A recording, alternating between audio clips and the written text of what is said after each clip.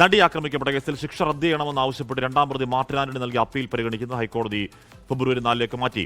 മറ്റു 2 പ്രതികളുടെ അപ്പീൽ ഹർജിക്കൊപ്പം അതും പരിഗണിക്കും. വിഷ്ണു സുരേഷ് വിവരങ്ങൾ ചേർന്നു. വിഷ്ണു, ഇന്ന് കോടതിയിൽ നടന്നത് എന്താണ്? കാശ്മീരിന് ഹർജി 2-ാം തീയതിയിലേക്ക് 4-ാം തീയതിയിലേക്ക് മാറ്റുന്നു ഇത് മാത്രമാണ് പറഞ്ഞത്. അത് കാരണം ഈ കേസുമായി ബന്ധപ്പെട്ട് മറ്റ് 2 പ്രതികൾ കൂടി ശിക്ഷ റദ്ദ് ചെയ്യണമെന്ന് ആവശ്യപ്പെട്ട് ഹൈക്കോടതിയിൽ അപ്പീൽ നൽകിയിട്ടുണ്ട്. അപ്പോൾ ആ കേസിനൊപ്പം പരിഗണിക്കാം മാർട്ടിന്റെ ഹർജി എന്ന നിലപാടാണ് കോടതി സ്വീകരിച്ചിട്ടുള്ളത്. ഫെബ്രുവരി 4-ന് ഈ കേസ് മാർട്ടിന്റെയും അതോടൊപ്പം മറ്റ് 2 പ്രതികളുടെയും അപ്പീൽ ഹർജി പരിഗണിക്കും. ഇവർ പ്രധാനമായി ഉന്നയിക്കുന്നത് ഈ 8-ാം പ്രതി ആയിരുന്ന ദിലീപിനെ കുറ്റമുക്തനാക്കി അതേ ആനുകൂല്യം തങ്ങൾക്കും ലഭ്യമാക്കണം എന്നുള്ളതാണ് പ്രതികളുടെ ആവശ്യം.